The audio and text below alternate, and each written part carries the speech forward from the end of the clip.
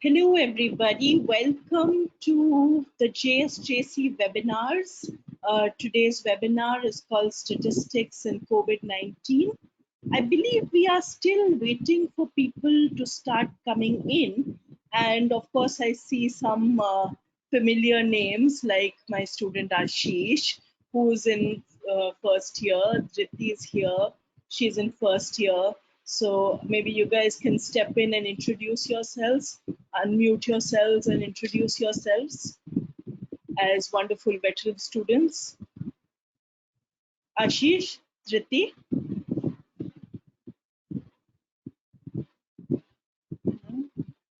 I know. Oh, Ashish is asking as in talk over. I don't know what he means by that.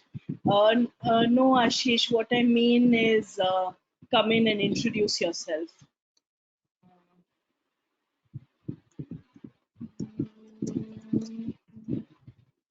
Okay, no luck.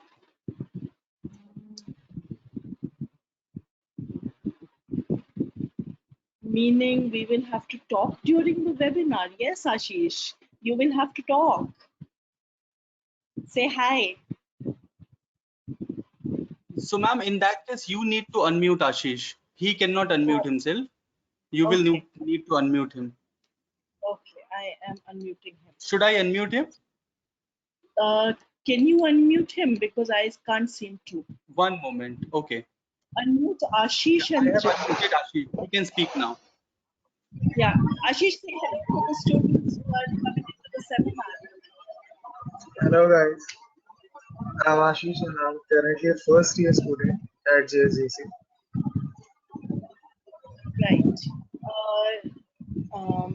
Ashish, can you unmute Dhriti? No One moment. ma'am, Ashish, I don't have that Yeah, I can. authority. Like, you're the manager during the webinar. So, Dhriti well, cannot be unmuted. okay. I see. Okay.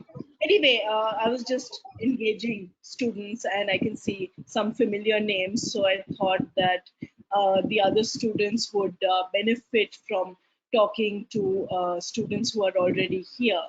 And so, should we start or should we talk a little bit about what to expect or uh, about about the program as a whole until I more think and more let people. us talk a little bit about what we can expect from this webinar, and also if you can tell something about COVID and the relation with statistics, why this webinar even exists. If you Oh, but can that is the main throw some point light of on that. that is essentially what the whole webinar is about. And Right. I thought So, we right. So maybe meanwhile, if you can introduce yourself, ma'am. okay, all right.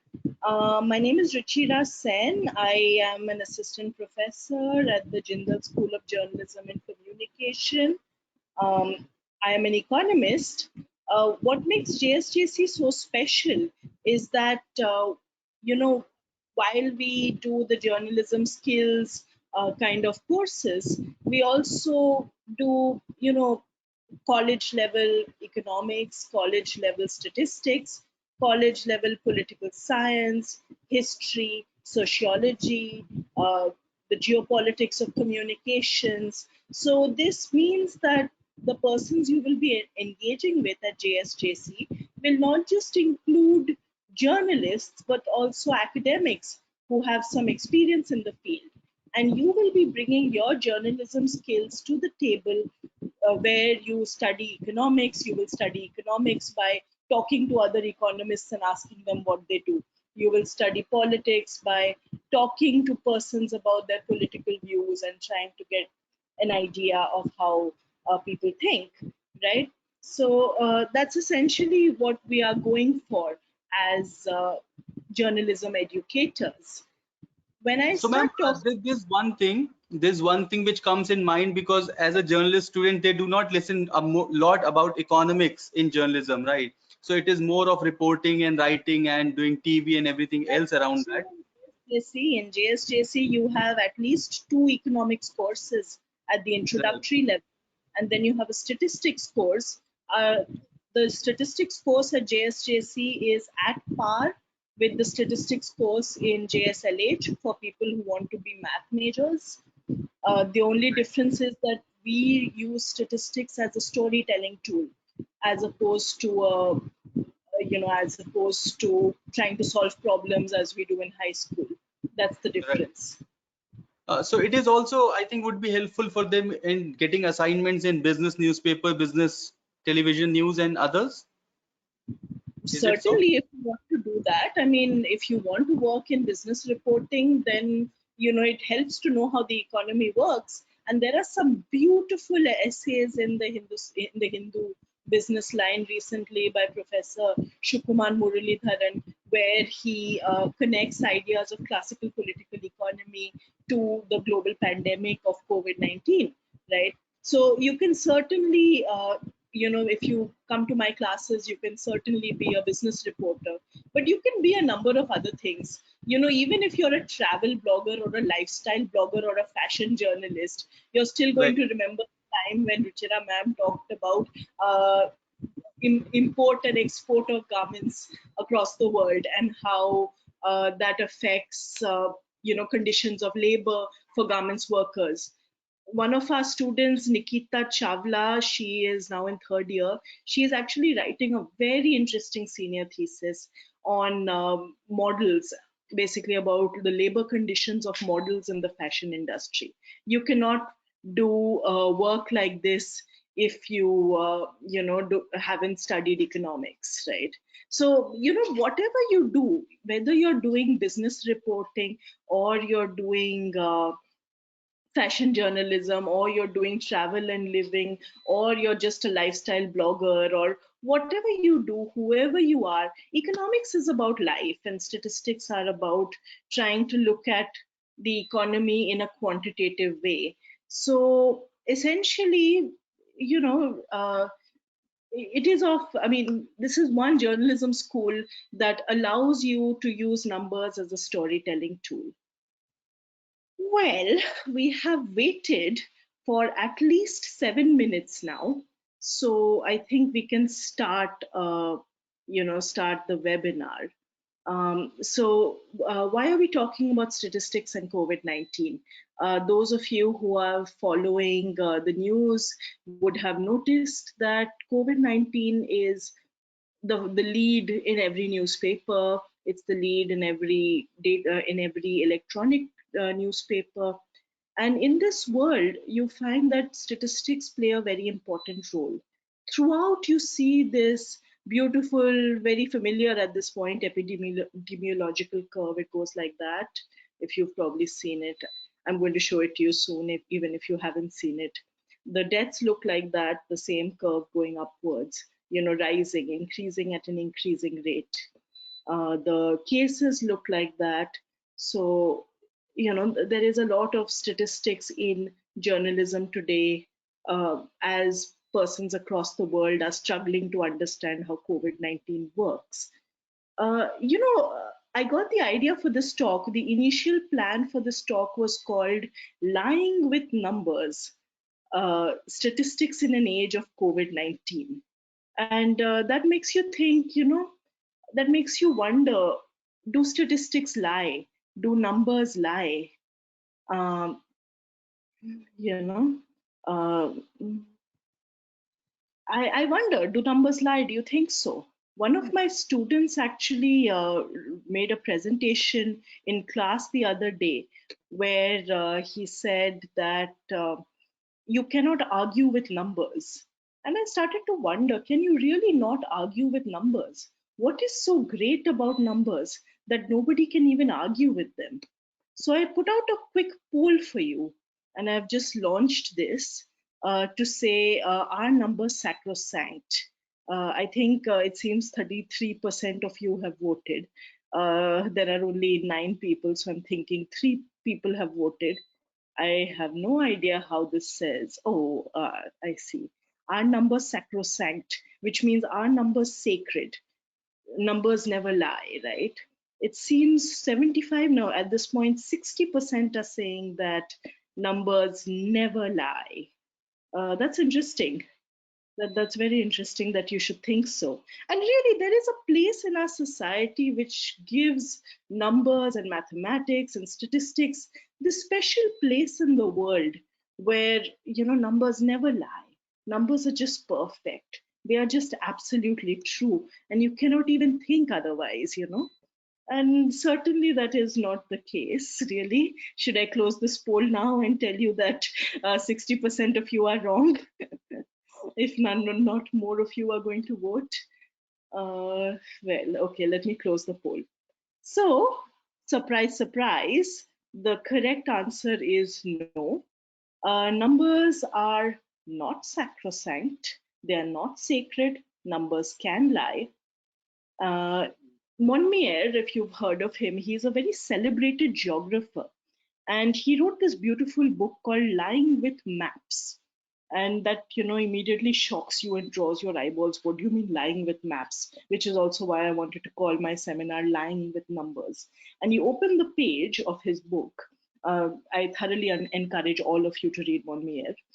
You open his book and he says, now that I've grabbed your attention, all maps lie, because essentially maps are a representation of the truth, and therefore they have to rely on scales, on colors, highlight some features, take some features out of focus. It is the same with statistical estimates. In statistics, we very rarely calculate population parameters. At least in economics work, it is very rare that we will be able to look at the entire population. Sure, a census is taken only once in 10 years.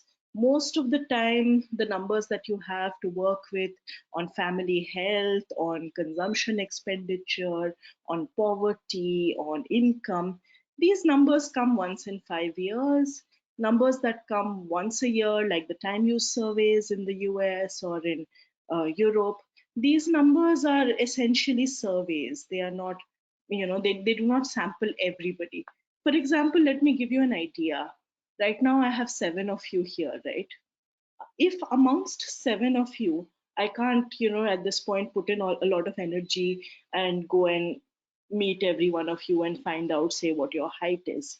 So I pick up 3 random people. I pick up Ashish, Anshika, and Dhriti here. And I take their heights and I make an average out of that. That's an estimate, right? And that kind of estimate gives a picture. It gives a picture of what the height of all 7 of you looks like. And sure, I could do that. I could definitely, you know, take that height. But but would that be an accurate picture? Maybe not.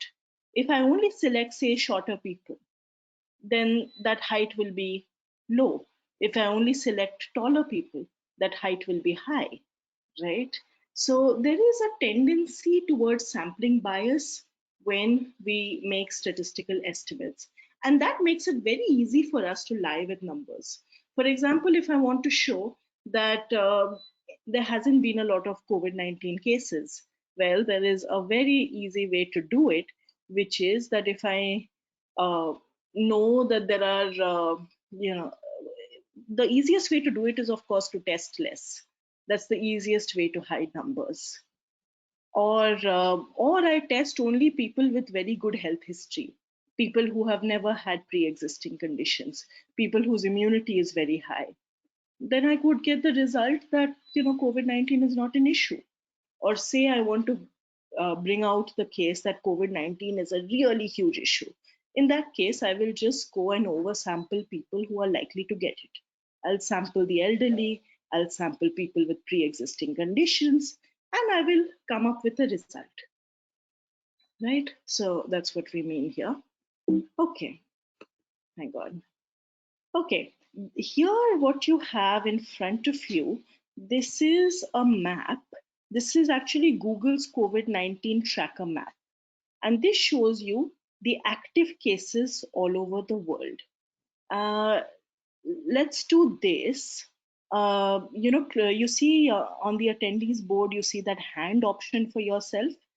Uh, what are these statistics not telling us? You can click that hand option and see if that helps you.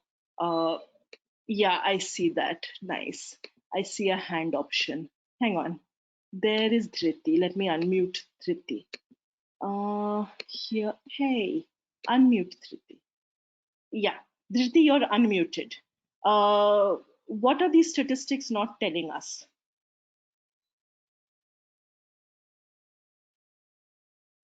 No, unmuted you. No, no luck. Ashish is telling me his height on the questions. No, no luck from Dhriti. Let me try to uh, unmute Ashish because he has raised his hand. Unmute Ashish. Okay. So ma'am, the first thing which isn't telling is the map even updated, or like is it Oh, it's to updated. like Google 1 month? COVID-19 tracker. It's definitely updated. And plus they're not labeled like the colors, what range they show, Oh, that's like also for the easy. number of Sorry, I patients. should have done that with you. Dark means that there are more cases. Light means there are Okay. less cases. So if you look at India here, you can see that there are very few cases. If you look at the United States, lots of cases, right? The reason why Alaska is also dark is because it's part of the United States. You can see here in Europe. Look at Italy.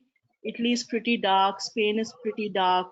Most of this area, Norway, Sweden, I think this is Iceland or Denmark. This must be Denmark. These are very dark, which are signifying higher extent of COVID-19. There are slightly lighter features in here. You can see through Asia as you're coming from Europe to Eastern Europe, coming into Asia. You see slightly lighter uh, figures. You can see here, this is Norway, so this must be Finland. This is Norway, Sweden. Finland has fewer cases than Norway, Sweden. But what are these stats not telling us? Like, why is it not the best idea to just take the number of cases and put them on a map? Because we don't know how many people have been tested for that. Could you come again? Because we don't know how many people have been tested and how many Of have not course. been tested. Thank you, Ashish. Yes, absolutely right. It is because it's not telling us how many people have been tested. Remember, we talked about sampling? So, testing is a little bit like sampling here. If we don't look at how many people have been tested, it makes very little sense to see how many people have got COVID, right? Yeah. Uh, Ashish, I'm going to mute you again Okay, no problem. just for the you know just to keep my own voice being heard. But you all can keep asking questions. Um, okay. Now what else have we got? Okay, so I made some maps myself, which is basically tests per 1 million population. Whoops. Huh. And here you can see, it's not so clear here. Let me show you on the, yeah, this is a clearer view. Okay, so here you can actually see the data.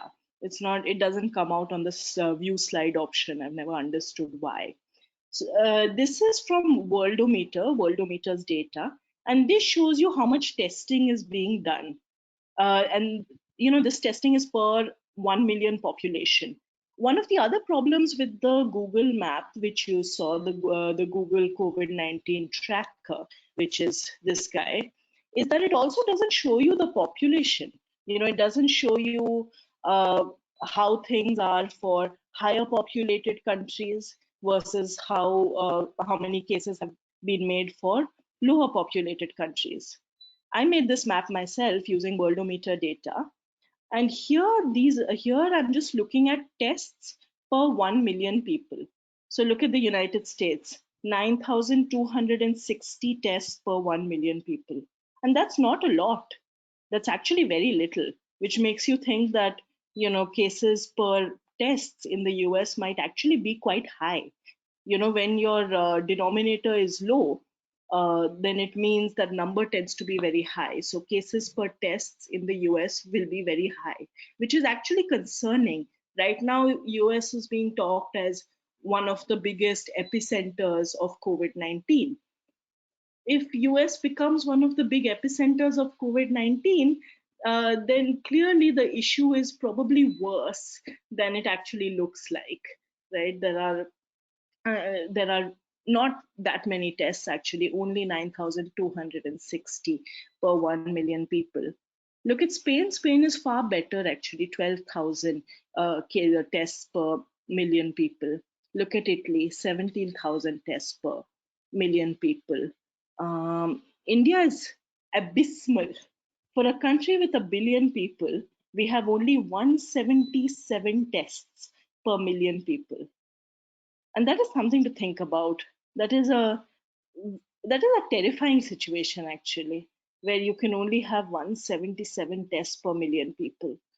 Australia, on the other hand, and this will become more significant when I show you the next slide, is 14,420 tests per million people, right? uh, Norway is also doing a good job, 23,000 tests per million people, but that's also because they seem to have a lot of numbers, a lot of total cases as well. So now that we've looked at testing, it makes sense to look at cases per tests. What is the ratio of cases by tests? And if this number is high, that becomes a big cause for concern. Look at Brazil here, 41% of tests end up being cases. That means that, say, I do 100 tests, out of 100 tests, 41 people end up having COVID 19. And that is a very serious problem. Right now, we are all very concerned with the US, we are very concerned with Italy, with Spain, but we aren't spending enough time looking at Brazil, and that is concerning. This is a country who is clearly having a problem, who we aren't concerned about. Algeria here, 62% of cases, I mean, of tests are ending up as cases. So, this is a bit of a concern. India, actually, even if you consider tests, like, though we are obviously under testing, and these numbers are also biased, though I've tried to, bring in some sort of control through this method. 5% of tests are ending up as cases, which is, if you look at Pakistan, better. Pakistan has 8%. Myanmar, however, has only 3%. And look at Australia. Australia has 2%. That's because they are testing, and they're testing very vigorously. Australia is getting its COVID 19 policy right. Comparatively, we are not doing as good a job, 177 tests per million people. That is very concerning. Okay, moving aside from the issue of tests and sampling biases, if you don't collect large enough samples, you don't have results. But you also have the issue of omitted variable bias. This data is from coronapolicyimpact.org. Excuse me. This is a this is a NGO. Excuse me. I'll just get some water. So this is an NGO, and what they do is, they every time a new news report comes out, they take it as a data point. And here you can see, excuse me, I'll go back to this view because I can see it better. This black line that you see, this is your epidemiological curve, right? It's mostly an exponential curve, and this is very common with all cases, all infectious diseases. In fact, if you look at Ebola in the early stages, they have this curve going up like this. And then with the Ebola curve start going flat like that on, once they're increasing at an increasing rate, then they start decreasing or increasing at a decreasing rate. So that's what we mean by flattening the curve. And right now, as you can see, we're nowhere close. We're still in the increasing, increasing at an increasing rate sort of phase. But this is just the deaths. And what these deaths are not showing you is the additional deaths that have arisen, not because of COVID 19, but because of other factors. Like, say, you have death due to exhaustion and hunger. When we look at COVID 19 deaths, we should also look at the issue of people who have died of hunger because they cannot access food, and they cannot access food because of the lockdown, right? So when, while we are celebrating the lockdown, and probably that might just be the only reason, the only way to handle the COVID 19 infection or slow it down, but what happens is that we do not recognize the kind of persons who we are completely ignoring in our policy making. The EPW, Economic and Political Weekly, recently carried an editorial where they said, look at look at the pronouncements that are being made. Come into the balcony and light diyas. Come into the balcony and bajao your thalis. If you do that, then it also implies that you don't care about the people who don't have balconies. When you make a policy that says people have to stay at home, you're assuming people have homes. You have not factored in the possibility that there are so many people without homes, and you don't yet have a proper policy to ensure social isolation of people who don't have homes. Similarly, there is suicide due to loss of employment. Here, you have persons who can no longer work, all businesses are shutting down, and you're still living in a capitalist society where you have to be employed to earn your daily bread. What happens when persons lose employment and they're forced to sit at home? Suicides happen, right? Migrants are being killed in road accidents. Migrants have been completely ignored by the policy of lockdown. Uh, when you shut down a country, and a country this big, in 4 hours, then you haven't given enough time for people to move to the places that they have to go to in order to, uh, be able to lock themselves down. So this is also a policy that got ignored, essentially.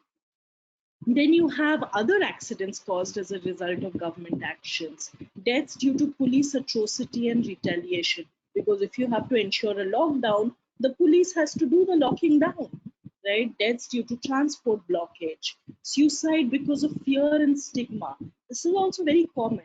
Essentially, when you have persons who are declared as people with coronavirus, nobody is allowed to bury them, nobody is allowed to do their last rites, nobody is allowed to take care of them.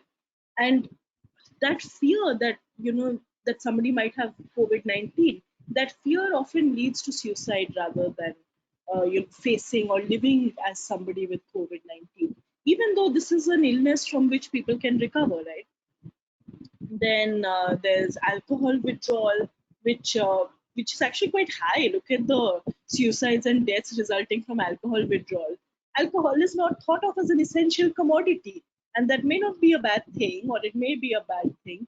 But there are people who need that alcohol to be able to live, and here are suicides and deaths related to alcohol withdrawal.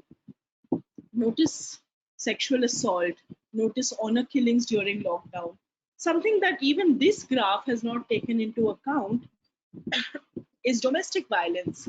What happens when home is not a safe place for you?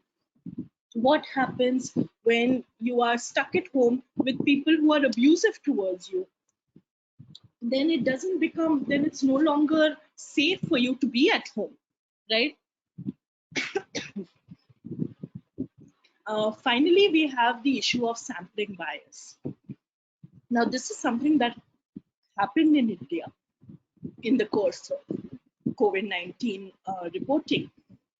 And, the India Today carried this particular image, which is extremely Islamophobic. And I don't want to put it on my slide, so I actually had to put a little arrow next to it and label it as bad statistics journalism, because that's how bad it is. It says that, almost 60% of cases are linked to the Tablighi Jamaat event which happened in Delhi in Nizamuddin. However, what this article does not tell you, this funny statistic they've made, which is just outrightly Islamophobic. This statistic does not tell you that the persons who attended the Tablighi Jamaat event were necessarily oversampled, and they were aggressively oversampled. This is an example of sampling bias. If people from one cluster have been tested at very high rates and overall testing is low, it is hardly surprising that a large proportion of overall positives or overall cases is attributed to this cluster. And this has had real consequences. I read a very heartbreaking story the other day where there was this woman who was trying to give birth, you know, and at that, you can give birth at home also, but it's not advised. And there's a reason why it's not advised. The reason is that there might be fetal distress or maternal distress. Either the mother might die, either the child might die out of complications in childbirth, and that can happen to perfectly healthy mothers and perfectly healthy fetuses. And this person, she was Muslim. She was, because of this kind of rhetoric about how Islam is related to coronavirus, this woman was denied treatment in hospital, and she lost her child because she had to deliver a child in the back of a van. So, what the media does has real consequences on the lives of people. And when the media does bad statistics, people die, children die. And this is something that, we cannot just brush aside. We cannot just say that this is not important. We cannot get away from teaching this sort of thing in journalism school. Right, I'll stop now, but just to sum it up, essentially what I want to tell you is that statistics are not sacrosanct. One can lie with statistics just as one can lie with numbers. The most common ways of lying with statistics are over and under sampling. So, for instance, if I'm targeting a particular community, I just aggressively test out of that community and end up with results saying that people from this community have more coronavirus than others, and then lead to the further exclusion of this particular community. That's one way to lie with numbers. Another way to lie with numbers is not to test enough. If you don't test enough, your stats will not show you much bias. But also, and which is why, in order to get to the truth of statistics, you need to go and probe a little harder, find out how many cases are there per number of tests. And once you've got that idea into account, then you're able to see whose coronavirus policy is better than somebody else's. Another very typical way to lie with numbers is the omitted variable bias. We only look at particular variables, we don't look at others. Here we are only looking at deaths due to COVID-19, but we're not looking at deaths due to lockdown, which must be counted within these COVID-19 statistics, because policy uh, sometimes turns a blind eye to the rights of certain human beings, because it assumes, because the persons who are policymakers themselves, they're mostly male. They are people who have houses to live in. There are people who don't necessarily have to migrate by walking kilometers to some village, right? And those persons sometimes don't have an idea of the ground reality, and they make incorrect policies. And this is a kind of omitted variable bias. When you lie with numbers, there are real consequences. There are children who are dying, there are communities that are unable to reproduce themselves, that are facing more hate than others. There are migrants whose existence is completely airbrushed away by the statistics. Therefore, yes, numbers do lie, numbers are not sacrosanct, and yet numbers are a very powerful storytelling tool. So, when you're a journalist, and in JSJC we try to get you all to become journalists or communications experts or persons who can do advocacy, persons who can do communication. For our students, we would want we would want our students to be able to see through, cut through the crap, see through the numbers, see through the lies, and also use numbers as a storytelling tool to unearth the truth. So that's where we are going with this. I'll stop now and I'll look for some questions. Uh, I do not see. Oh, I see many questions from Ashish. You mean the ones who are migrating? Yeah, migrants essentially, because when migrants do not, migrants do not get included within the statistics. That's what I mean. Then I have another question for you. But if they allowed people to go wherever they wanted, they would be like spreading the virus. Yes, that's true. And that's why one needs to think about this. So you're going to lock down the country in 4 hours. If you lock down the country in 4 hours, then there are people who are going to want to run. What do you do with them? Can you put them up? Can you try to persuade them not to leave? Can you try to ensure that they will be provided food and shelter during this period that the country is in lockdown? And this is something that governments can do. In fact, in Central Park in New York, the entire park is working like an outdoor hospital where persons who are displaced are being treated, right? There are so many public buildings which can be converted into alternate housing, but somebody has to have that thought that there will be an issue of exodus from big cities when the country is closed down. you know Somebody needs to think about these things. That's all I'm basically saying. Any other questions?